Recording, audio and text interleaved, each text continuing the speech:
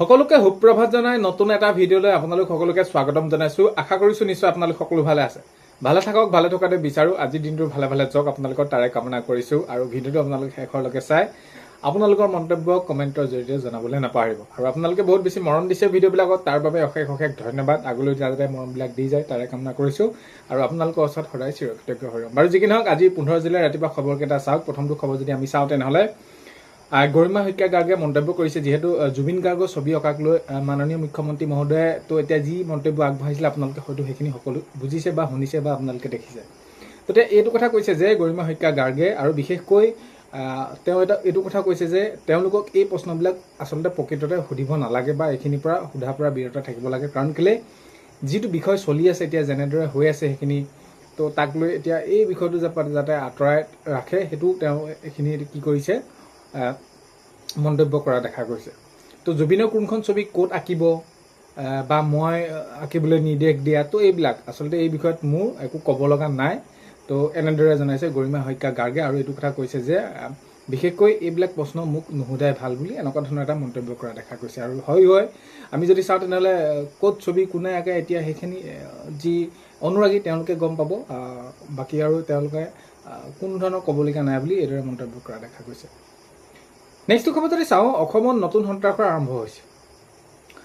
বিধায়ক মানৱ ডেকা ডাঙৰীয়াই মন্তব্য কৰিছে। কাৰণ কেলৈ হয়, আমি যদি চাওঁ ফেচবুকত এতিয়া এই এনেকুৱা ধৰণৰ সন্ত্ৰাস সৃষ্টি কৰিছে কিছুমানে। চৰকাৰে যদি কিবা এটা ভাল কাম কৰে তাক লৈ বিৰোধিতা, বা মুঠৰ ওপৰত এতিয়া এনেকুৱা ধৰণৰ কৰি তুলিছে সমগ্ৰ ভাৰতবৰ্ষতে অসমৰ একেবাৰে মান নাইকিয়া কৰি পেলাইছে এই ফেচবুকত। তো এই যিসকলে এনেকুৱা ধৰণৰ ফেচবুকত কথা বিয়পাই আছে বা এনেকুৱা ধৰণৰ বাৰ্তা দি আছে, তেওঁলোকৰ ব্যৱস্থা গ্ৰহণ কৰিব লাগে আৰু এইখিনি কৰা হ'ব। এনেকুৱা ধৰণৰ বিভিন্ন মন্তব্য আগবঢ়াইছে। তো কথাটো কৈছে কি, তো এতিয়া এই যি সন্ত্ৰাস সৃষ্টি কৰিছে ফেচবুকত একাংশ। এতিয়া নেক্সট খবৰ যদি চাওঁ, মৰগীয়া বানাৰসক লৈ প্ৰশ্ন উত্থাপন বিধানসভাত। জাকিৰ হুছেইন চিকদাৰ ডাঙৰীয়াই মন্তব্য কৰিছে, কৰ্মচাৰীসকলক এতিয়া এইটো দিম বুলি কৈছিলে, সেইটো কেৱল কাগজ কলমতে থাকিবনে বা তেওঁলোকে এতিয়া প্ৰতিশ্ৰুতিতে থাকিবনে নে সেইখিনি কাৰ্যকৰী কৰিব। আৰু ইয়াৰ সন্দৰ্ভত এইখিনি অখিল গগৈ ডাঙৰীয়াও মন্তব্য কৰি কৈছে যে অতি সোনকালে দিব লাগে। এইখিনি দিম কৈ থাকিলেতো নহ'ব। এতিয়া কৰ্মচাৰীসকলক যিটো বিষয় এতিয়া দিয়াই নাই, এইটো দিম কৈ থাকিলে নহ'ব, অতি সোনকালে দিব লাগে। আৰু ইয়াৰ সমান্তৰালকে অখিল গগৈ ডাঙৰীয়াই এইটো মন্তব্য আগবঢ়াইছে যে কৈছে যে OPS অতি সোনকালে দিব লাগে, OPS দিয়া ব্যৱস্থা গ্ৰহণ কৰিব লাগে, পেঞ্চন হ'লে সকলোৰে বাবে সমান হ'ব লাগে। এতিয়া আমি যদি চাওঁ তেনেহ'লে 2005 আগৰ যিখিনি কৰ্মচাৰী আছে তেওঁলোকক NPS, এতিয়া NPSত কিমান কেইটকা তেওঁলোকে কৈছে, কিমান কেইটকা তেওঁলোকে পেঞ্চন হিচাপে পায়। পেঞ্চন হিচাপে যিকেইটা পায় তেওঁলোকৰ একেবাৰে অৱস্থা বেয়া হয়, আৰু সেইখিনি টকাৰে তেতিয়াও তেওঁলোকে সেইখিনি বৃদ্ধ বয়সত স্বাস্থ্যৰ তেওঁলোকে যত্ন ল'ব নোৱাৰে। আৰু সেইবাবে OPS সকলোকে দিব লাগে, বা দিব নে নিদিয়ে, কেতিয়ালৈ দিব, এই এনেকুৱা ধৰণৰ মন্তব্য কৰা দেখা যায়। বিধানসভা বাজেট অধিৱেশনত অখিল গগৈ ডাঙৰীয়াই প্ৰশ্ন কৰে বিধায়ক এই মন্ত্ৰী মহোদয়ক, আৰু এইখিনি কথাটো হ'ল কি, মুঠৰ ওপৰত চৰকাৰে এই ব্যৱস্থাটো অতি সোনকালে কৰিব লাগে বুলি তেওঁ মন্তব্য কৰা দেখা গৈছে। কথাটো মুঠতে OPS দিব লাগে বুলি কৈছে। ফাষ্টেগ আদালতত সাক্ষ্য গ্ৰহণ সম্পূৰ্ণ জয়ন্ত কাকতি। এতিয়া যিহেতু আপোনালোকে গমে পাইছে জুবিন গাৰ্গৰ হত্যা গোচৰ এইখিনি শুনানি চলি আছে, আৰু সেইখিনি সাক্ষ্য প্ৰদান আপোনালোকে যদি চাই সেইবিলাকো হৈয়ে আছে। তেতিয়া প্ৰকৃততে কি হৈছিল সেই দিনটোত, উক্ত দিনটোত, কেনেদৰে হ'বলৈ পালে, কি হ'ল, তো এই সকলোখিনি আমি সকলোৱে জানিব বিচাৰিছিলোঁ। আৰু দোষীয়ে যি শাস্তি পাব লাগে, আমি সকলোৱে বিচাৰিছোঁ মুঠৰ ওপৰত দোষীয়ে শাস্তি পাব লাগে। বিশেষকৈ দোষীয়ে অতি কঠোৰ শাস্তি পাব লাগে। কাৰণ কেলৈ এই এনেকুৱা ধৰণৰ কোনোবাই যদি স্বাস্থ্যৰ বাবে কিবা এটা খুজিবলৈ যায়, চিকিৎসাৰ বাবে, সেই তাকো দি দিয়ে।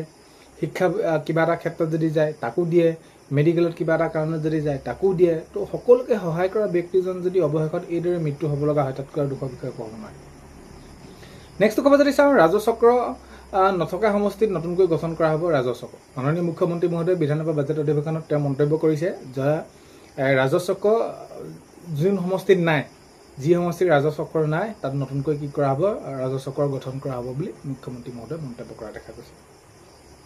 নেক্সট খবৰ যদি চাওঁ, অতুল বৰা ডাঙৰীয়াই মন্তব্য কৰিছে যে অতি সোনকালে প্ৰায় 2 লাখ চৰকাৰী ঘৰ দিয়া হ'ব। এতিয়া ইতিমধ্যে প্ৰায় আপোনালোকে গমে পাইছে এইখিনি জিঅ'তে হৈছে। জিঅ'তে গ্ৰহণ কৰাৰ পাছত এতিয়া লিষ্টটো প্ৰকাশ পাইছে, সেইখিনি কাৰ আহিছে নাম, কাৰ নাই অহা। কিন্তু কথাটো হ'ল কি, লিষ্ট অহাৰ পাছতো এতিয়া এই 2 লাখ দিয়াৰ পাছতো বহুখিনি থাকিব চৰকাৰী ঘৰ পাবলৈ, আৰু তেওঁলোককো অতি সোনকালে দিয়া কাৰ্যকৰী কৰা হ'ব বুলি কৈছে। আৰু আগন্তুক আগষ্ট মাহৰ পৰা এইখিনি সোনকালে সকলোখিনি কাৰ্যকৰী কৰা হ'ব বুলি এইখিনি কোৱা দেখা গৈছে।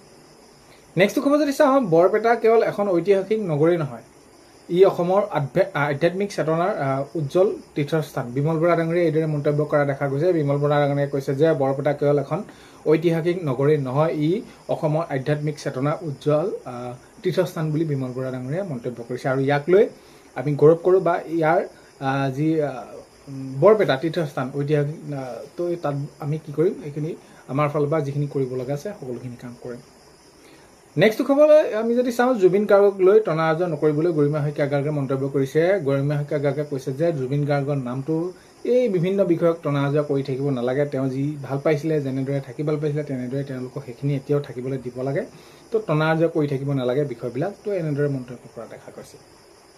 তো এতিয়া আজি যদি চাওঁ 15 জুলাই ৰাতিপুৱা খবৰ এইকেইটাই আপোনালোকক জনালোঁ। ভিডিঅ'টো আপোনালোকে শেষলৈকে চোৱাৰ বাবে বহুতেই বেছি ধন্যবাদ। এইখিনিতে আপোনালোকক ভিডিঅ' প্ৰথমতে কোৱাৰ দৰে চেনেলটোলৈ যদি আপোনালোক যিসকল নতুনকৈ আহিছে ছাবস্ক্ৰাইব কৰাৰ লগতে কাষতে থকা বেল আইকনটো প্ৰেছ কৰি অল কৰি থ'ব, যাতে নতুন এটা ভিডিঅ' দিয়াৰ লগে লগে আপোনালোকে আগতীয়াকৈ চাবলৈ পায়।